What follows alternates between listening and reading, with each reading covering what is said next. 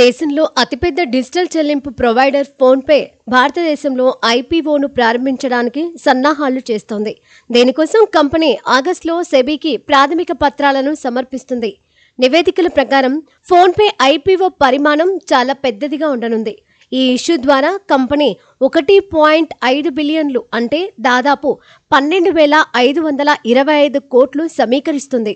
Walmart యాజమాన్యంలోని PhonePe తన IPO సమర్పణను నిర్వహించడానికి Kotak Mahindra, JP Morgan Chase and co, Morgan స్టాలిన్లను ఫోన్పే సంప్రదించింది. ఆ కంపెనీతో అనుబంధం ఉన్న వ్యక్తుల ప్రకారం ఐపీఓ ప్రక్రియను ముందుకు తీసుకెళ్లడానికి company draft red herring prospect ను సమర్పించాలని యోచిస్తోంది. ఫోన్పే 2015లో ప్రారంభమైంది. ప్రస్తుతం ఈ కంపెనీకి 610 మిలియన్లకు పైగా రిజిస్టర్ యూజర్లు ఉన్నారు. అలాగే రోజుకు 340 మిలియన్ల విలువైన లావాదేవీలను నిర్వహిస్తున్నారు.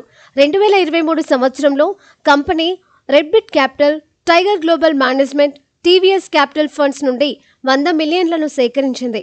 దీని విలువ కంపెనీకి 12 మిలియన్లు. కంపెనీ స్వయంగా దీని గురించి సమాచారం ఇచ్చింది. ఇటీవలే సెబీ టాటా క్యాపిటల్ ముసాయిదా పత్రాలను ఆమోదించింది. టాటా క్యాపిటల్ ఏప్రిల్ 5న సెబీకి రహస్యంగా డ్రాఫ్ట్ రెడ్ హెర్రింగ్ ప్రాస్పెక్ట్ దాఖలు చేసింది. ఈ ఆమోదంతో 17,200 కోట్ల టాటా క్యాపిటల్ ఐపీఓ ప్రారంభానికి దగ్గరగా ఉంది.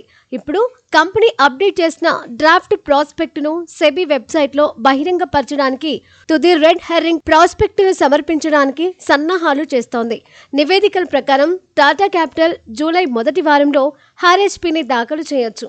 టాటా క్యాపిటల్ ఐపీఓ భారతదేశ ఆర్థిక సేవల రంగంలో అతిపెద్ద పబ్లిక్ ఆఫరింగ్లో ఒకటి కావచ్చు.